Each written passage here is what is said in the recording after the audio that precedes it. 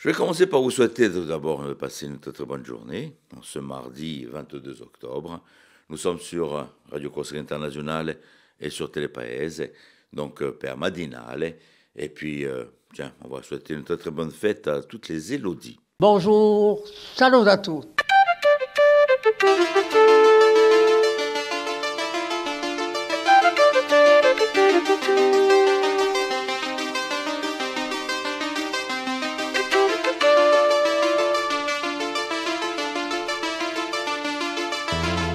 All'ascolto di Radio Corsica Internazionale, prima Radio Corsica.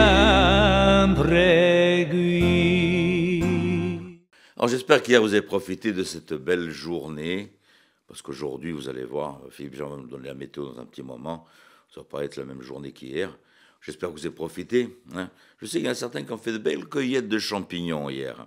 Voilà, voilà, aujourd'hui, on ira peut-être pour les escargots. Vous savez quoi? On va voir Philippe Jam qui va venir s'installer, qui va d'abord nous donner la météo de ce jour et l'information aussi de ce mardi 22 octobre.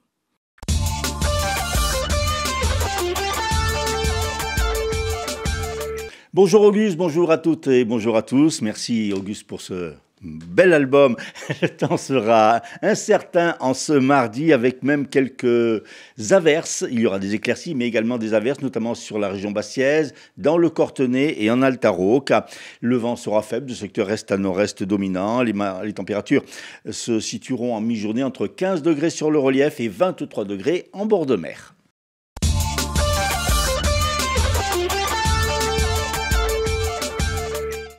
Quatre jours après sa disparition à Sartène, toujours aucune trace de Pascal Serre, ce septuagénaire. Hier encore, de nouvelles recherches ont eu lieu dans la région, mais en vain. Elles vont se poursuivre, ces recherches, tout au long de cette journée de mardi, avec le renfort d'un escadron de gendarmerie. Un SDF comparé ce mardi devant le tribunal correctionnel d'Ajaccio après qu'il a agressé et blessé le mari de la conductrice d'un bus à Ajaccio samedi soir. La conductrice du bus avait refusé l'accès à l'individu qui était sous l'emprise d'alcool. La discussion avait dégénéré et le mari de la conductrice, qui était présent dans le bus au moment des faits, était alors intervenu. Le SDF avait alors laissé tomber une bouteille d'alcool au sol et pris un tesson pour asséner un coup au visage du mari, le blessant sérieusement. L'homme avait été interpellé peu après les faits. L'UFC Que Choisir vient de révéler les départements où les courses en supermarché sont les moins chères. Le département des Deux-Sèvres obtient la première place. Les Côtes-d'Armor arrivent en seconde place, juste devant le Loir-et-Cher et la Vendée. Sans surprise, hélas, les deux départements de Corse font figure de mauvais élèves avec des prix bien supérieurs au reste du pays. 3 entreprises corses participeront les 26 et 27 octobre prochains à Paris à la 4e édition de la grande exposition du Fabriquer France. Le but de cette manifestation est de mettre en lumière la richesse des savoir-faire français. 122 produits fabriqués en France et issus de tous les départements et territoires d'outre-mer seront exposés ainsi au siège de la présidence de la République. 3 entreprises insulaires représenteront l'île dans l'agroalimentaire. La biscuiterie AFA pour ses canistrelli, le GUE Corsica Comptoir pour ses jus de pomelo et de clémentine et la fromagerie artisanale Aviletta pour son fromage de brebis. Voilà qui va vous mettre en appétit, Auguste. Après Bastia, Serra di Faro et Olmicapé, là le Don Quirote de Jean-Pierre Lanfranc qui sera sur scène ce mardi 22 octobre à 20h30 au Spazio Nadia Lugiani à Corté. Cette adaptation théâtrale de l'œuvre de Cervantes, livre le plus lu après la Bible par la troupe Unida Théâtrale, se décline en 3 épisodes, étalés sur 3 années. Dans ce premier épisode en langue corse, le metteur en scène et comédien Jean-Pierre Lanfranc qui expérimente le théâtre d'objets, de marionnettes. Il y mêle ainsi art plastique, musique, jeu d'acteur et donc les marionnettes. La pièce sera également jouée ce vendredi 25 à Porto Vecchio à 18h30 à l'espace Jean-Paul de Rocaseira. Et puis en football, en match en retard de la 8e journée de Ligue 2, le Sporting Club de Bastia se déplace ce soir à Pau.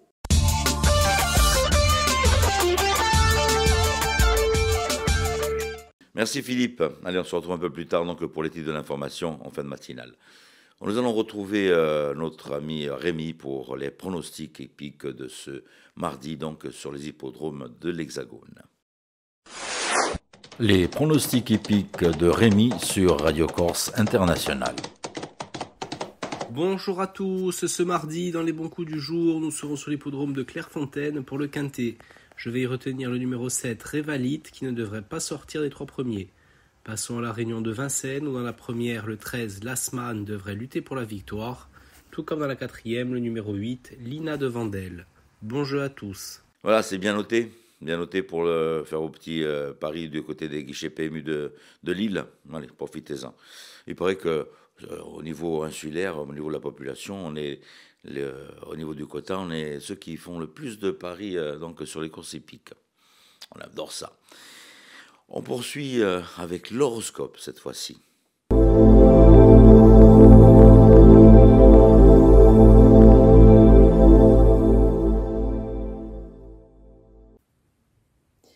Et bonjour à tous, on se retrouve pour ce mardi, on va voir un petit peu ce que l'on a à vous dire. Les béliers, vous allez peut-être ressentir aujourd'hui le besoin de communiquer, de vous confier sur certaines choses qui ont pu être blessantes ou vous faire ressentir des émotions peu agréables.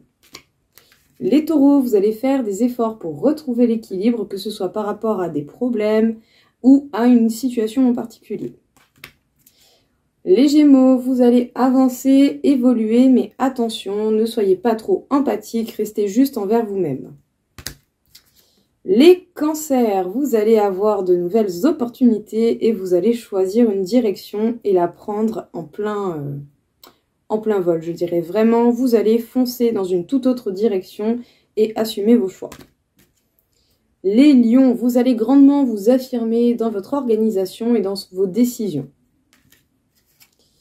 Les vierges, vous gérez bien votre stabilité, vous allez vraiment vous sentir en puissance aujourd'hui. Vous allez maintenir les choses comme vous le sentez et comme vous le pensez.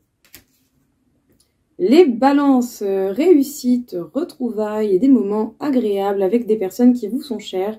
En tout cas, les bons moments vont être abondants. Les scorpions, vous allez garder vos décisions pour vous. Vous n'allez pas trop communiquer sur le sujet tant que vous ne serez pas sûr à 100%. Les sagittaires, vous allez avoir de belles surprises au niveau de certains projets professionnels.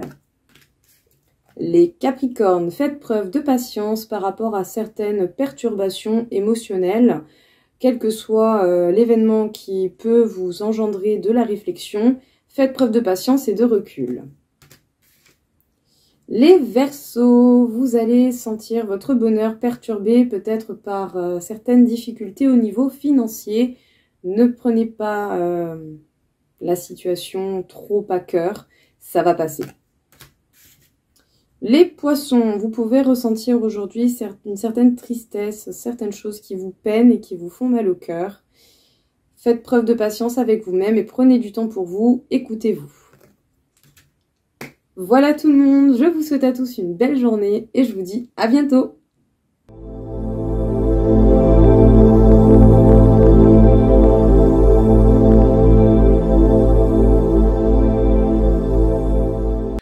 Voilà pour votre petit horoscope avec la charmante Paxi. Tiens, ce matin, j'étais en train de jeter un petit coup d'œil dans l'autre discothèque de la radio, et je suis tombé sur les bons titres de l'époque. Je ne sais pas si vous vous souvenez, Samantha Fox. On a plein de petits trucs comme ça, donc qu'on diffuse tout au long de la journée. Voilà, ça c'est des vinyles, ça c'est bien, c'est le bon vieux temps. On se fait un petit détour avec notre invité du jour, et c'est Elisa qui sera donc aux commandes de la rédaction aujourd'hui. Bonjour à toutes et à tous, mon invité du jour, Henri Flack, conseiller veille, innovation et prospective auprès du directeur de l'Institut régional d'administration de Bastia.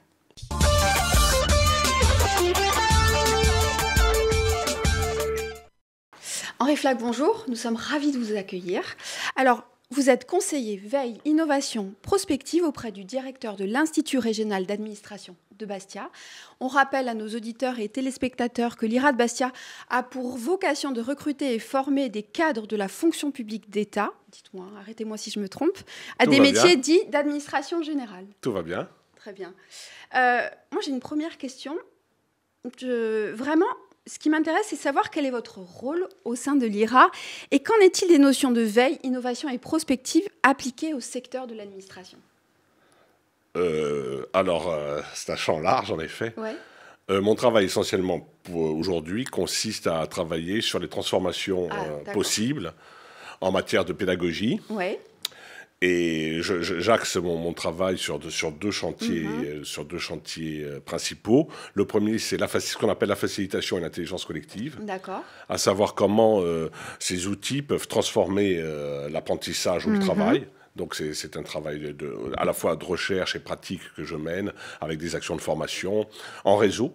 Donc il faut savoir que l'IRA de Bastia, je travaille à l'IRA en interne, mais aussi en externe, en réseau avec d'autres écoles de services publics ou d'autres organismes d'État pour diffuser ces modes d'intelligence collective. Et récemment, le directeur m'a aussi donné la mission de réfléchir à l'adaptation de l'intelligence artificielle, ou en tout cas en quoi l'intelligence artificielle va modifier nos modalités de travail et quel impact aussi l'intelligence artificielle aura sur la formation. Alors c'est une révolution qui arrive, on la voit arriver effectivement, et le jeudi 24 octobre, à partir de 13h30, au sein de l'espace culturel Charles Roquy à Bigouille, aura lieu la première édition des rencontres de l'intelligence artificielle, organisée donc par l'IRA.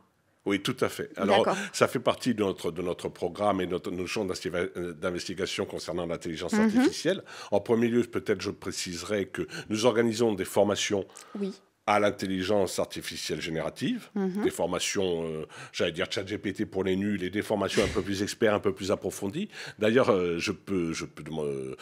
si des auditeurs sont intéressés pour participer à nos formations, pour apprendre l'intelligence artificielle générative et voir en quoi elle peut changer leur modalité de travail, nous acceptons des gens de l'extérieur pour venir à nos formations. Ça peut être intéressant pour nos auditeurs.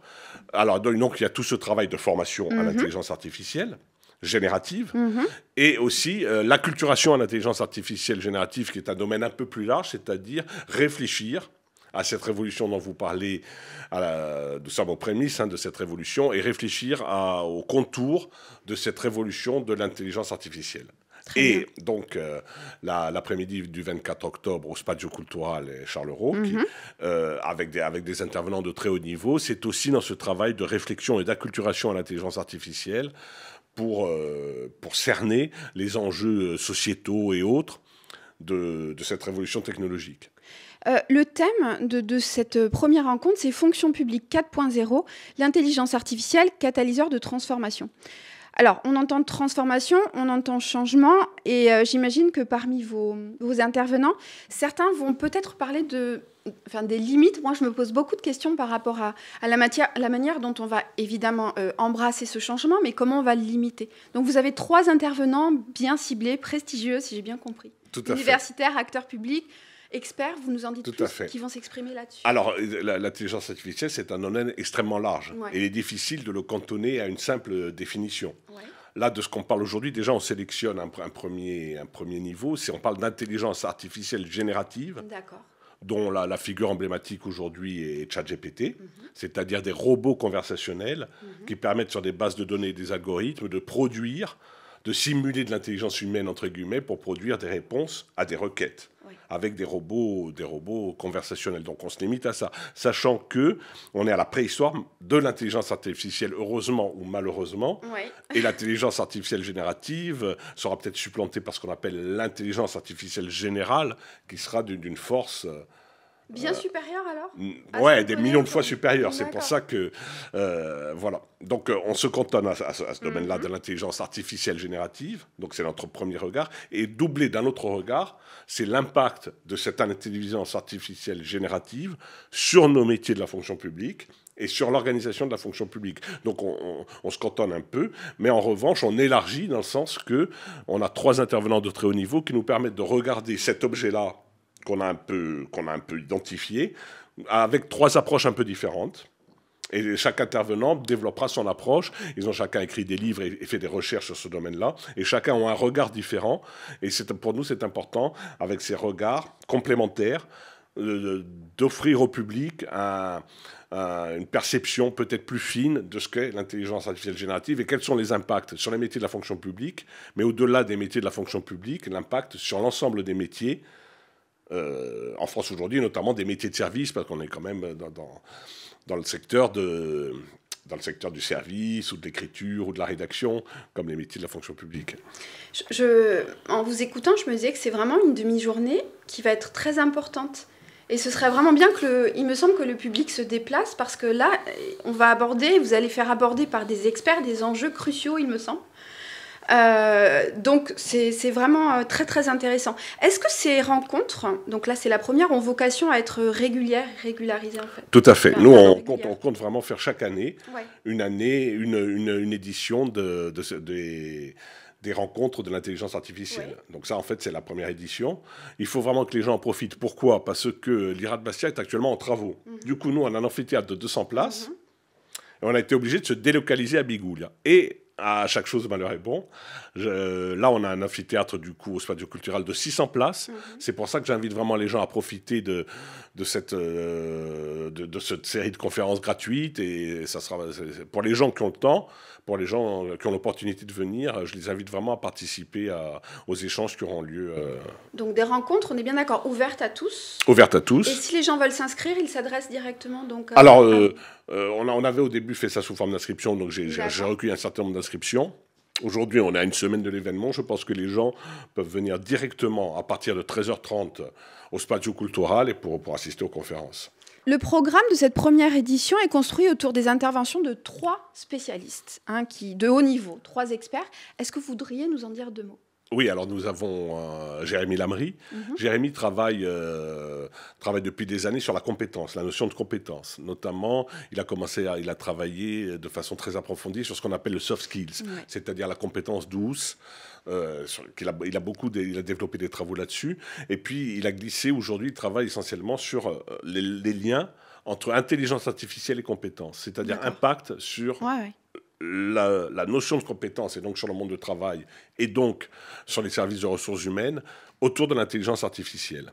Le second intervenant, Cyril Desmours, est un administrateur territorial qui a travaillé sur la cartographie des emplois dans la fonction publique territoriale et l'impact de l'intelligence artificielle sur l'emploi territorial. Et le troisième intervenant est un intervenant qui intervient... Il a une vision plus philosophique de l'intelligence artificielle. Monsieur Bertolucci, qui est maître de conférence à Aix-Marseille, qui lui a écrit un livre qui a été un peu un coup de tonnerre sur l'intelligence artificielle, le rapport entre l'homme diminué et l'intelligence artificielle, parce que il estime que si ce virage est mal pris, et peut-être même malheureusement s'il est bien pris, ce virage peut entraîner une assujettissement de l'homme, la diminution de ses capacités émotionnelles et cognitives. Donc il tire un vrai sur l'intelligence artificielle et son impact sur l'être humain. Et d'ailleurs, il raconte une anecdote que je racontais toujours moi aussi. Il dit les gens de la Silicon Valley, donc les gens de la Californie, qui promeuvent le plus d'abord l'iPhone, après les écrans et maintenant l'intelligence artificielle, leurs enfants vont dans des écoles où l'enseignement est traditionnel, où les écrans sont interdits jusqu'à 16 ans, où le téléphone est interdit. Donc ça montre bien qu'ils connaissent eux-mêmes les dangers de leur propre production technologique. Enfin, c'est une anecdote qui fait réfléchir. Bon, c'est bien parce que finalement, lors de ces rencontres, on aura la possibilité d'écouter plusieurs échos et de confronter comme ça ces visions. Oui, tout à fait. C'est pas une confrontation entre technophile et technophobe, parce que ça serait un peu trop caricatural. Non, c'est entre Jérémy qui dit la vague, elle mesure 200 mètres de haut et il vaut mieux savoir la négocier.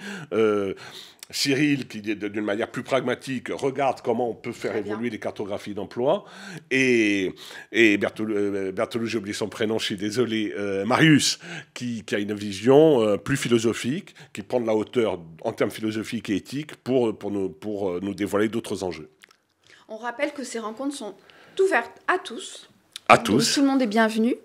Que c'est un sujet essentiel, important, que ce sera très intéressant certainement. Et je rappelle que la première édition des rencontres de l'IA organisée par l'IRA de Bastia aura lieu donc le jeudi 24 octobre à l'espace Charles-Raux de Bigouille à partir de 13h30. Henri Flack, merci beaucoup. Merci à vous. Merci beaucoup de nous avoir parlé de tout ça et à très bientôt sur Radio Corse International et Télépaès.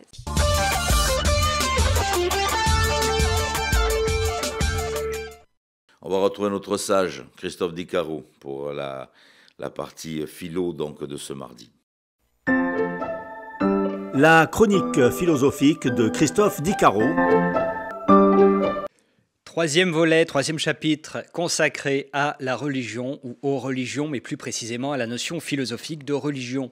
Alors après avoir passé en revue les deux précédents chapitres, aujourd'hui nous nous interrogerons sur le côté négatif du fait religieux ou de la religion en règle générale. D'un côté, manipulation d'État, d'un système, ou d'un autre côté, névrose obsessionnelle. Qu'est-ce que cette religion finalement qui va être un petit peu décriée par certains philosophes? Alors, 3 philosophes ou 4 y ont réfléchi, notamment l'un des premiers, qui est un sceptique, Sextus Empiricus, dans ses esquisses pyrrhoniennes, part du principe que la religion, c'est la meilleure invention d'un chef d'État pour pouvoir avoir une prise sur les familles au sein même des foyers.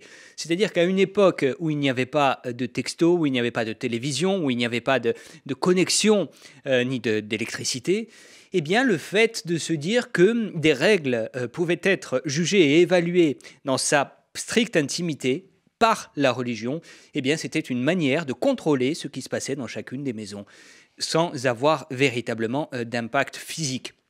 Donc la religion ici, selon les sceptiques, va être une belle invention des hommes.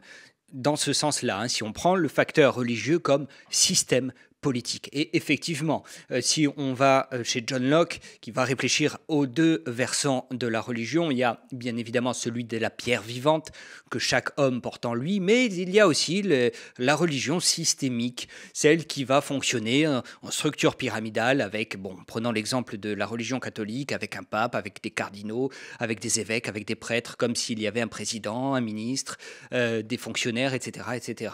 Et donc il faut porter, il faut quadriller, d'ailleurs, on l'a vu la dernière fois avec ce système de Piève et en Corse particulièrement.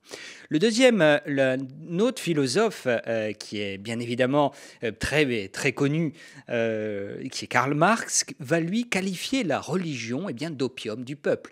Oui, parce que ça permet d'extorquer des soupirs à la créature opprimée, comme il va le dire Marx. Et donc cette idée, à une époque donc, de toutes les révolutions industrielles, où le monde ouvrier était bouleversait complètement les habitudes, des gens qui étaient habitués à vivre au village avec un système bien établi, tout d'un coup ils se retrouvent dans des caves entassées, puisque c'est l'émergence de la société industrielle.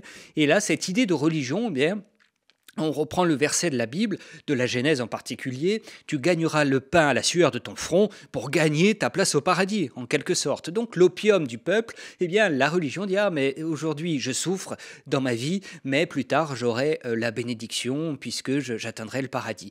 Donc cette idée, encore une fois, qui est toujours dans ce versant étatique de manipulation en quelque sorte, on l'a chez Marx. Et enfin, peut-être terminer par Nietzsche dans son Gai Savoir, où il va dire « Et Dieu est mort, Dieu demeure mort, et nous l'avons tué ». C'est-à-dire qu'on zappe complètement l'idée du patriarche, du père, en quelque sorte. Dans l'avenir de l'illusion, Freud va dire qu'on est lié, que cet amour de Dieu, pour lui, c'est lié au complexe paternel. On a besoin d'être rassuré, donc on va se raccrocher à un idéal paternel. Aujourd'hui, on peut voir avec toute cette fronde contre ce qu'on va appeler le patriarcat, Dieu est mort, Dieu demeure mort, et nous l'avons tué, comme s'il fallait tout raser, tout décapiter, puisque tout n'était qu'une illusion qui vise à nous contraindre, et puis une sorte d'obscurantisme, etc., etc. Donc ce troisième volet de la religion, vous avez vu, on a abordé les grandes lignes pour y voir peut-être un peu plus clair, pour démêler certaines interrogations qu'on peut avoir. Aujourd'hui, peut-être que nous sommes un peu plus éclairés autour de cette notion.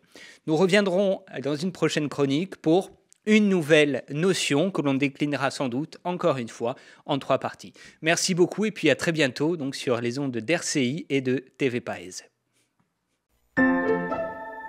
La chronique philosophique de Christophe Dicaro. Vous ne savez pas quoi faire? Petite sortie de prévue, non, cette semaine? Allez, peut-être une petite idée, tiens, notre agenda des sorties de la semaine.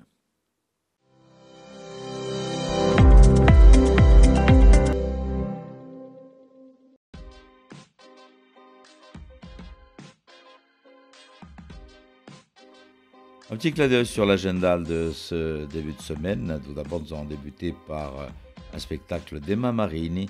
Le piano fait son cinéma. Ça va se dérouler du côté de l'auditorium de Pigna, soit donc pour ce mardi 22 octobre à partir de 18h30. Nous pourrons retrouver sur les planches de l'Albor, ce sera ce mercredi 23 octobre, le groupe Snell. À savoir que vous pourrez retrouver le groupe avec Renaissance Tour à partir de 20h30. Les orques, les baleines, les cachalots au programme di Agasa des Sciences avec un atelier ce jeudi 24 octobre à 14h30, les géants des océans au programme donc di Agasa des Sciences de Lupino. Du côté de la ville impériale d'Ajaccio pour une représentation au théâtre L'Empire, L'amour chez les autres, représentation qui débutera donc à partir de 20h. Ce jeudi 24 octobre.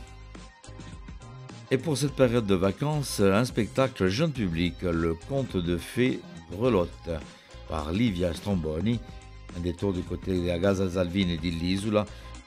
Ce sera donc pour ce vendredi 25 octobre et à partir de 14h.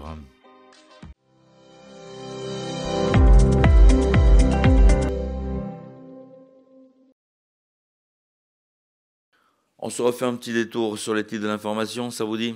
Allez, Philippe Jam pour le retour des titres. 4 jours après sa disparition à Sartène, toujours aucune trace du septuagénaire Pascal Serra. Accusé d'avoir insulté une conductrice de bus et agressé et blessé son mari qui était présent au moment des faits, un SDF passe ce mardi en comparution immédiate devant le tribunal correctionnel d'Ajaccio. Sans surprise, la Corse possède les supermarchés les plus chers de France selon une étude de Que Choisir. Et puis en football, en match en retard de la 8e journée de Ligue 2, le Sporting se déplace ce soir à Pau. Du côté de la météo, eh bien, soleil et nuages vont se partager le ciel. Avant de nous quitter, on va finir avec André Casabianca qui va nous parler un tout petit peu de la Madone de Brando. Je dis ça, je dis rien. C'est la séquence d'André Casabianca.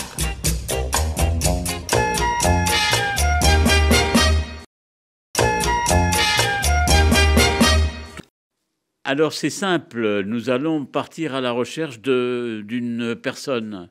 Une personne, on a beaucoup de mal à la retrouver parce que depuis 2 siècles, on n'avait plus du tout de nouvelles. Bon, mais maintenant, il s'agit, allez, je vais vous le dire tout de suite, hein, la Madone de Brando. C'est un retable du XVIe siècle qui avait disparu dans des histoires pas possibles. Et puis un jour, dans les années 1839-1850, il y a un collectionneur lyonnais qui l'a récupéré, et puis qui l'a gardé soigneusement avec lui. On peut dire, je ne sais pas si c'est lui qui l'a protégé ou si c'est elle qui le protégeait, mais enfin, bon, bref. Cette histoire... maintenant est pratiquement terminée, on peut le dire, puisque la CDC a récupéré avec la commune de Brando, je vous passe les péripéties, n'est-ce pas, donc a récupéré ce chef-d'œuvre, parce que c'est un chef-d'œuvre quand même de la Renaissance italienne.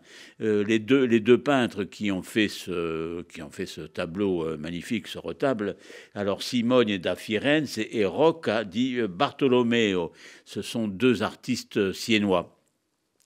Alors on avait vraiment, donc on ne savait pas où la mettre, comment on va faire pour qu'un peu le public bastiais et puis même le public corse, bien évidemment, puisse aller la voir. Donc maintenant, ce retable est au musée d'Aléria. Donc, si vous voulez le voir, vous avez un dimanche, par exemple, ou un week-end, vous passez lui dire un petit coucou, quoi, voilà. Elle sera toute contente de vous voir. Il y a également une autre affaire. Mais là, c'est un petit peu... Il y a 4, 5 ans, 6 ans, 7 ans même, il y avait la Vierge à la cerise. La Vierge à la cerise, qui là aussi a été dans la même un peu époque, 14-15e siècle. Bon, c'était là aussi un artiste de Sienne, je crois. Il s'appelle exactement, je regarde une seconde, c'est Pietro Simon. Donc voilà, lui, il avait donc fait ce retable, toujours sur panneaux de bois, comme exactement aussi la Madone, avec des fonds d'or. Enfin, c'est des petites merveilles du monde. Et alors là aussi, plus de nouvelles d'elle. Et un jour, dans différentes, là aussi, aventures. Elle est arrivée au village d'Aléjagne. Et donc, ils l'ont mis au couvent. Ils ont mis ce joli retable au couvent. Et puis, donc, mais elle n'est pas restée longtemps. Elle n'est pas restée longtemps parce qu'il y avait quand même pas mal de personnes qui venaient la voir. Donc, ils l'ont sécurisée et ils l'ont transportée au musée. C'est au musée d'Aléria. Donc, voilà. En somme, il y a pas mal de beaux tableaux et de tableaux, on peut dire, remarquables dans la grande histoire de la peinture italienne et puis maintenant corse, puisqu'ils sont chez nous, on va dire. Voilà, donc l'occasion, c'est pour ça que je fais cette petite chronique. Je crois que c'est toujours intéressant quand même de savoir que chez nous, il y a des chefs-d'œuvre, on peut le dire, des chefs-d'œuvre, voilà. Je voulais également vous parler une sorte de transplantation, là aussi, avec le musée de la Corse à Corté, avec le petit chef-d'œuvre et bijou, on peut dire, d'Henri Matisse sur le scudo. Là aussi, la CDC avait fait de grands efforts et avait permis au grand public de venir le voir. Vous voyez, c'est toutes ces petites choses-là qui font que, quand même, nous avons, on peut dire, un patrimoine qui nous fait du bien, parce que du bien dans tous les sens du terme. Donc, il y a un impact auprès du public, parce que le musée de la Corse fait de très, très, très beaux chiffres au niveau aussi résultats et public. Un dernier petit mot, je crois que c'est important que vous alliez aussi à Morosai, au musée Pasquale et Paoli.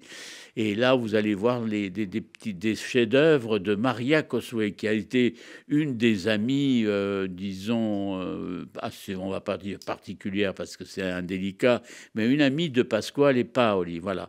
Et bien voilà, ça fait partie un petit peu de ce parcours que je voulais vous proposer. Voilà, 3 petits ou même 4 chefs-d'œuvre. Alors, allez au musée.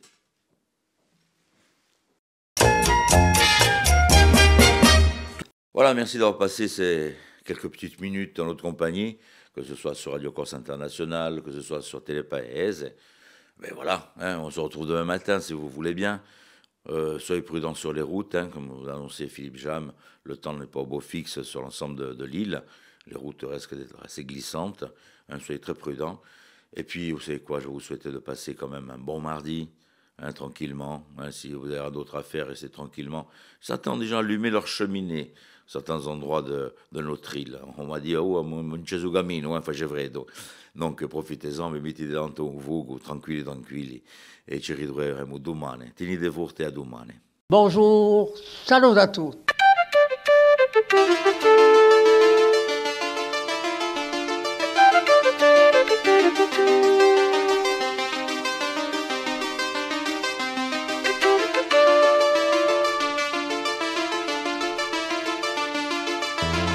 All'ascolto di Radio Corsica Internazionale, prima Radio Corsica. Siamo sempre qui.